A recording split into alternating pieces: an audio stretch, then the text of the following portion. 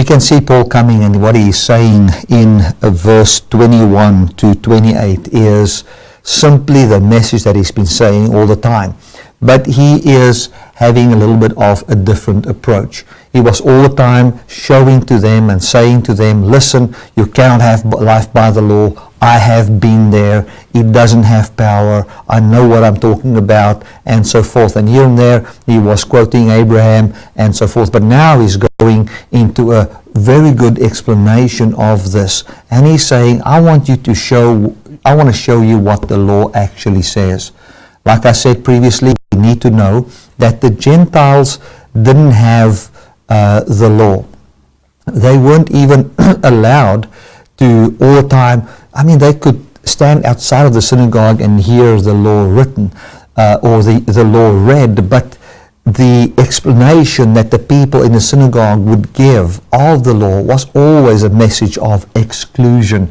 So it would not help these Gentiles to go to the synagogues, to go to the places where they would hear the law. They didn't have any writings. They didn't have the prophets. They didn't have Elijah. They didn't have any of those things. And any place they would go to, the true context of this and what it prophesies unto and what it's actually pointing to is not even preached. So now he goes in Galatians and he says, let me just give you a short message where I take the law and show to you that what I'm saying is true and how you are the blessed. Now let us read Galatians 4 verse 21 to 28. It says, tell me, you that desire to be under the law, do you not hear the law? For it is written that Abraham had two sons, the one by the bondmaid and the other by the free woman. But he who was of the bondwoman was born after the flesh, but he of the free woman was by promise. Which things are an allegory, for those are the two covenants, the one from Mount Sinai that genders to bondage, which is Hagar. For this Hagar is Mount Sinai in Arabia, and answers to Jerusalem, which now is and is in bondage with her children. But Jerusalem, which is above, is free, which is the mother of us all. For it is written, rejoice you barren that bears not. Break forth and cry, you that travail not. For the desolate has many more children than she that has an husband.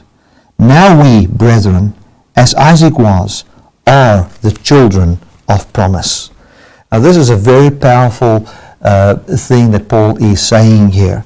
He is basically saying that Abraham had two sons, one that was of Hagar and one that was of Sarah. He says that the one that was of Hagar was according to the flesh. Now I believe the reason why he's calling it according to the flesh or the law is amazing here, because the law actually only came 430 years later. But how can he refer to a passage where he's now saying, don't you hear what the law says? And now he goes and he refers to a passage that was long before the giving of the law. Now, that means to me, in the mind of Paul, was one of two things. That he basically saw all of the writings, even the writings to Abraham, and the way where it was written, that it was written as law, as something that brings bondage unto you. Or another way of looking at it was that Abraham was under the Chaldean law by that time, and that the Chaldean law did not believe that you could be married to more than one wife, like the Jews believed. They believed that you could only have one wife. And under that law, should you not have a child, and your wife would go childless, that after a certain period of time, I think it was about 10 years, then that law would allow for the wife to say that that she gives her bondservant or her servant, not a bondservant, a servant as someone who would bear children for her.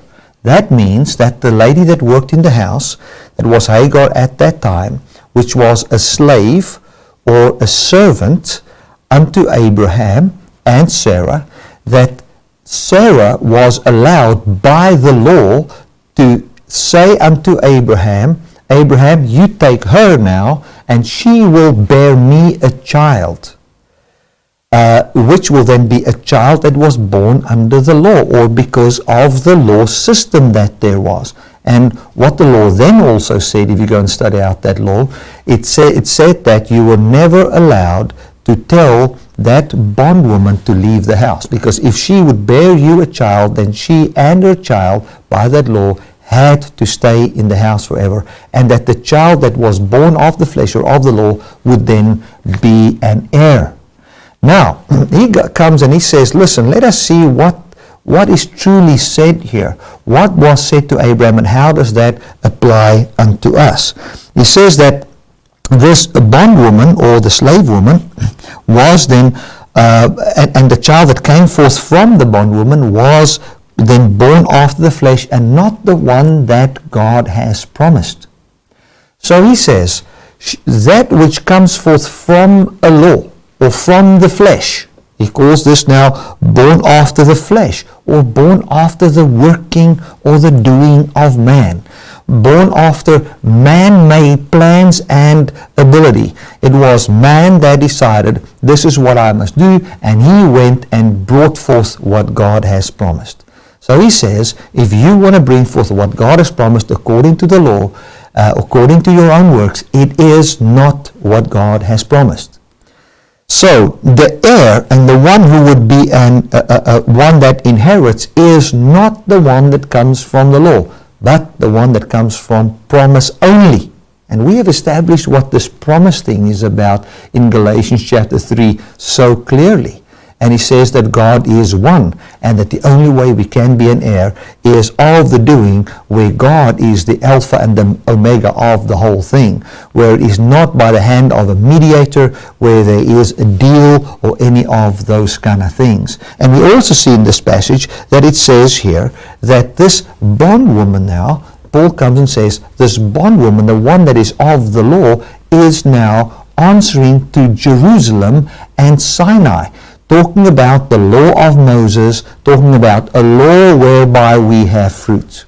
Now, I believe that it was because of that law whereby Sarah also had this, or whereby Hagar had a child for Sarah. Now, I don't have that as a proof. I've just read up on this, and it was very interesting to know that Sarah couldn't bring forth children, and then the law allowed her to have a child by someone that was a slave.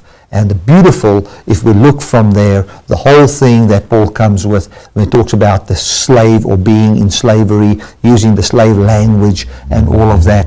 So I do believe that the whole language in Galatia does give me a little bit of liberty to go to that passage and says that, but even if you don't want to use it that way, it doesn't matter. I just think this is how Paul got to it. But if he didn't get to it that way, that's fine. He still comes and he says that the bondwoman, Hagar, refers to basically Israel and the whole Jewish system and the law of Moses, which was Sinai. Let us read it. I'm just going to read it again from verse 23 here. He says, but he who was of the bondwoman was born after the flesh, but he of the free woman by promise.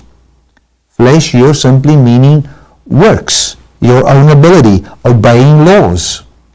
So they obeyed the law, therefore Hagar had a child. It was not of promise, it was of following the laws of that time. He says, which things is an allegory. In other words, this is a type and a shadow, for these are two covenants. The one from Mount Sinai, which genders to bondage, which is Hagar. So he comes and he says, this whole law thing that was given on Mount Sinai, it genders to bondage. The whole thing is, it cannot bring any freedom at all. And this is Hagar. It goes on in verse 25. For this Hagar is Mount Sinai in Arabia and answers. Now this is so, it is so powerful. It says, and it answers to Jerusalem. This answers to Jerusalem. It is saying what Jerusalem is saying now. The whole temple, the Temple Mount, the holy place, everything there. And I also believe that in the back of his mind here, it answers to Jerusalem as in these people that are now coming, sending people to Judaize you. This, what is happening, you answers to what's happening to you, which I think in the back of our mind actually comes from Jerusalem and the influence from Jerusalem. Where else will it come from but from there? Because that's where everything started, and that's where the biggest issue was, as we have seen in Acts 15 and in Acts 21. But the Jerusalem which is above is free, which is the mother of us all. So he's talking about the spiritual Jerusalem, that which the Lord has done, which is above, which is greater than this. That is the Jerusalem of promise. The city, according to the writer of the book of Hebrews, of which God is the builder and not man. So he is saying that this is all talking about the grace of God and the influence of God and how God is coming to give us life. This whole thing about Abraham and Hagar and all of that, so that we will not go to the law system. And now, you Gentiles, or you church in Galatia, you now going back to the old system, which could never have given life. It was Hagar. It was not from God. It is not the promise. It was not what God has planned at all. And now it says here in verse 27, for it is written, rejoice you that are barren, that bears not, break forth and cry, you that travail not, for the desolate has many more children as the one, as she that has, which has an husband. So he's actually saying that the Jews were seen as married to God, but now the Gentiles are having much more children. There's so many more people believing there, showing this as the fulfillment. And the scripture also says that clearly that the bondwoman shall not be heir with the free, and that the bondwoman and the child should be cast out. And that is now saying that the old system, which there is, which is by your works and by all those kind of things, that is cast out, and that child will never be an heir with the free. That is what he's also saying. He says to them, listen, I want you to know, you are of the promise. God promised to Abraham and his seed, not as unto many, but as unto one, which is Christ. And you are a believer, and because you are a believer, you are of the free. You're not under the bondage of the law. Therefore, just stay that way. Well, we've come to the end of this passage, and I believe this has blessed you.